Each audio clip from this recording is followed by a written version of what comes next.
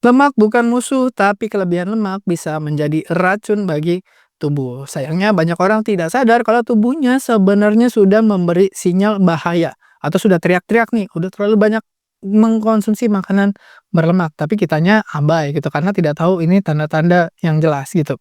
Assalamualaikum warahmatullahi wabarakatuh. Saya Dr. Ruli. Dalam video ini kita akan membahas 5 tanda bahwa tubuh kita kelebihan lemak. Jadi cocok untuk Anda yang ingin menurunkan risiko kolesterol ya, misalkan ingin menghindari serangan jantung atau perlemakan hati atau sudah terlanjur perlemakan hati atau Anda punya faktor risiko untuk serangan jantung dan stroke, misalkan hipertensi atau diabetes. Wajib nonton ini sampai selesai gitu ya. Terus Anda yang sekarang mungkin sedang ingin menyeimbangkan lemak yang sehat dengan yang tidak sehat atau Anda sedang diet yang ketat, misalkan diet keto atau diet karnivor supaya tidak kelebihan lemaknya dan ingin meningkatkan energi dan metabolisme atau hanya sekedar ingin menjaga kesehatan. Udah siap? Pengen tahu apa aja 5 tandanya?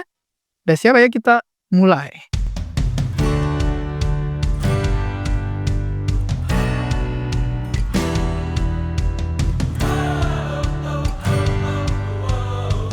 Nah, gangguan yang pertama atau gejala yang pertama adalah gangguan pencernaan. Biasanya karena kalau kita makan makanan berlemak, itu dicerna jauh lebih lama daripada bahan makanan lain, misalkan karbohidrat atau protein. Karbohidrat itu yang paling cepat, protein itu lebih lambat dari karbohidrat, tapi lemak itu yang paling lambat. Kenapa? Karena butuh banyak enzim, butuh banyak kerja keras, terutama kerja keras dari empedu. Empedu yang bekerja ekstra keras mengeluarkan cairan empedu supaya lemak bisa diserap masuk ke dalam darah, masuk ke dalam tubuh gitu ya. Nah, tapi empedu ini ketika bekerja sangat keras, itu banyak gejalanya atau banyak sampingannya. Misalkan dia merasa mual, kemudian nanti ada keluhannya diare, atau bahkan beberapa pasien mengeluh nyeri ulu hati. Jadi kalau Anda mungkin makan makanan yang berlemak, kemudian, mual atau habis makan makanan berlemak, kemudian diare atau nyeri di ulu hati, itu kemungkinan empedu sedang bekerja keras. Jadi kalau Anda mungkin sekarang lagi diet keto atau diet karnivor, atau mungkin Anda punya gangguan di empedu, misalkan riwayat batu empedu atau sudah menopause, itu memang risiko untuk empedunya menjadi, masalah di kemudian hari itu sangat besar. Jadi sebisa mungkin untuk menjaga empedu Anda dengan mengurangi makanan yang tinggi lemak. Siap? Gejala yang kedua adalah kadar kolesterol LDL yang meningkat. Jadi kalau ketika Anda periksa lab atau check up gitu ya, terus lihat LDL-nya tinggi sekali, itu selain mungkin karena resistensi insulin, mungkin karena stres, tapi bisa juga karena dari konsumsi lemak yang berlebihan.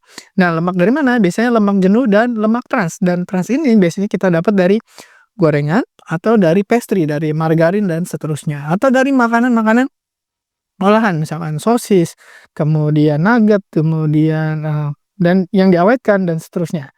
Nah, terus gimana dong, apa dampaknya kalau LDL terlalu tinggi? Sebenarnya LDL yang tinggi itu tidak masalah selama kita tidak punya peradangan. Misalkan kita tidak ada riwayat hipertensi, tidak ada riwayat diabetes, tidak pernah stroke, tidak pernah serangan jantung. Tapi kalau ada riwayat peradangan seperti itu, kemungkinan sudah ada perlukaan di pembuluh darah. Perlukaan di pembuluh darah ketemu LDL yang tinggi, LDL-nya akan nyangkut di perlukaan pembuluh darah menyebabkan plak-plak yang akan menyebabkan penyumbatan bikin serangan jantung dan stroke. Jadi kalau Anda sudah ada riwayat yang tadi disebutkan, hipertensi, diabetes, pernah riwayat, serangan jantung atau stroke, atau di keluarga ada riwayat seperti itu, sebaiknya menjaga kadar LDL di kadar yang ideal. Berapa idealnya? Saya sudah pernah bahas di video-video sebelumnya. Disarankan kalau tidak ada risiko sama sekali, di bawah 150 itu masih oke, bahkan beberapa jurnal menyebutkan di bawah 180 masih oke. Tapi kalau Anda sudah ada risiko, sebaiknya memang dijaga di bawah 100, ya misalkan atau di bawah 130 itu udah paling, tinggi gitu ya.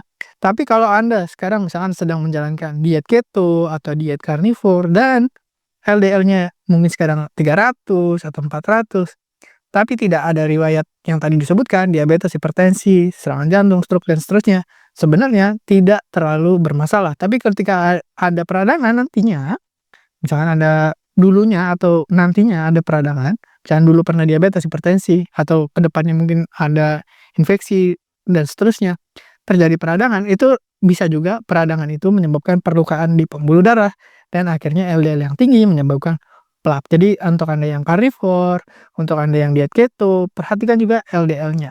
Tapi Anda yang, "Dok saya nggak diet apa-apa, tapi LDL-nya tinggi banget, ya, tapi gula darah masih normal, coba ya dicek dari makanan atau dari stres. Jadi LDL tinggi itu juga bisa dari stres. Nah, tanda yang ketiga kalau kita terlalu banyak makan lemak adalah lelah dan lemot setelah makan. Biasanya kalau kita resistensi insulin, ya gula darah yang tinggi sekali, kemudian turunnya cepat sekali, itu menyebabkan ngantuk. Jadi kalau kita habis makan karbo kok ngantuk, itu wajar. Ya namanya glucose spike atau ada lonjakan gula darah yang tinggi. Tapi dok, saya nggak pernah makan karbo, tapi habis makan kok ngantuk, kok lemes gitu. Saya udah lama nih nggak makan nasi, nggak makan apa.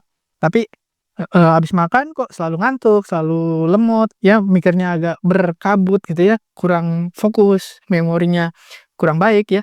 Nah, itu bisa juga disebabkan makanan tinggi lemak. Jadi terlalu tinggi lemak, ya tadi lemak itu butuh waktu cerna yang lama, butuh kerja keras dari tubuh, butuh energi yang besar.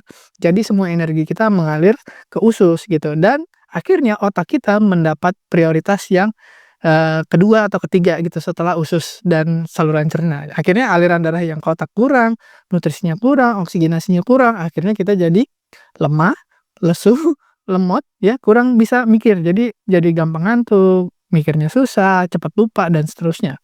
Jadi itu tanda-tanda juga loh kalau kita sudah kebanyakan makan lemak. Yang keempat, nah ini banyak orang tidak menyadari, yaitu masalah di kulit. Misalnya kulitnya jadi lebih berminyak gitu, karena dia tinggi lemak, itu bisa memicu itu peradangan. Tapi peradangan di mana aja, nggak cuma di pembuluh darah, nggak cuma di organ-organ, tapi juga di kulit ya. Kulit itu jadi berminyak, jadi kusam, apalagi kalau kita makan lemaknya itu lemak-lemak trans, misalnya minyak goreng, terus pastry ya, banyak margarin. Jadi lemak trans dan omega 6 itu memang memperburuk kondisi peradangan. Jadi kalau Anda punya bakat jerawat, itu akan jerawatnya keluar banyak. Atau Anda udah lama nggak jerawatan nih, sekarang usia 40-50 kok jerawatan lagi. Bisa juga penyebabnya karena terlalu banyak makan makanan yang berlemak. Oke, lanjut. Yang kelima atau yang terakhir adalah sering sembelit. Nah, penyebabnya karena diet tinggi lemak tapi rendah serat. Ini banyak orang yang, dok saya udah lama nggak makan sayur, udah nggak suka sayur atau nggak bisa makan sayur, atau Anda diet yang ketat, karnivor gitu ya, sama sekali nggak makan sayur, atau keto yang ekstrim, keto yang tapi nggak makan sayur sama sekali. Akibatnya ya seratnya kurang, usus kita itu butuh tadi ada prebiotik, ada probiotik, ada enzim-enzim segala macam, tapi lemaknya banyak, tidak diimbangi dengan serat yang cukup, maka usus tadi jadi kecapean. Akhirnya ususnya kurang distimulasi oleh serat tadi. Ususnya jadi malas gerak, sulit buang air besar, dan resikonya bisa sembelit kronis jika berlangsung lama. Jadi sembelit yang kronis maksudnya berhari-hari gitu, nggak bisa buang air besar. Akhirnya sampah yang menumpuk di usus itu menyebabkan banyak hal pembusukan, akhirnya jadi infeksi, dan seterusnya. Risikonya juga ada. Jadi kuncinya adalah makan yang seimbang. Nomor 1, pilihlah lemak yang sehat dibandingkan lemak yang kurang sehat dari gorengan, dari lemak trans dan seterusnya. Pilihlah lemak yang lebih sehat dari alpukat, kacang-kacangan, minyak ikan, minyak zaitun, ya, minyak kelapa boleh juga ya. Tapi kalau Anda diabetes sebaiknya minyak kelapa dihindari. Terus batasi juga lemak yang kurang baik. Misalkan dari makanan cepat saji, dari gorengan, makanan olahan, dan seterusnya. Pilihlah jumlah yang tepat, yang pas, yang tidak berlebihan, tapi juga jangan menghindari sama sekali. Karena lemak itu walaupun misalkan namanya lemak trans, lemak yang dibilang jahat, tidak sehat, itu kita juga butuh itu untuk menjalankan fungsi tubuh yang optimal. Jadi intinya jangan dihindari tapi dibatasin aja. Jadi kalau pengen makan gorengan, bolehlah sesekali, seminggu sekali, seminggu 2 kali, tapi jangan lupa makan sayur juga, makan serat juga gitu, dan jangan terlalu banyak supaya tidak terjadi gejala-gejala berlebihan. Kalau dibiarkan terlalu lama berlebihan, banyak komplikasi yang terjadi, sembelit kronis, LDL tinggi, plak, dan seterusnya. Kira-kira begitu 5 tanda yang menandakan bahwa tubuh kita terlalu banyak lemak. Mudah-mudahan bermanfaat.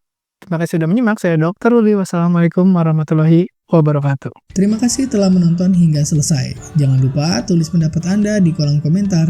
Saya Dr. Ruli dan saya sangat senang bisa belajar dan berbagi dengan Anda. Salam hidup sehat dan mulia. Jangan lupa tekan tombol like, subscribe, lonceng notifikasi, dan ikuti media sosial kami sehingga Anda tidak akan melewatkan ilmu berguna lainnya dari kami. Sampai jumpa di video berikutnya.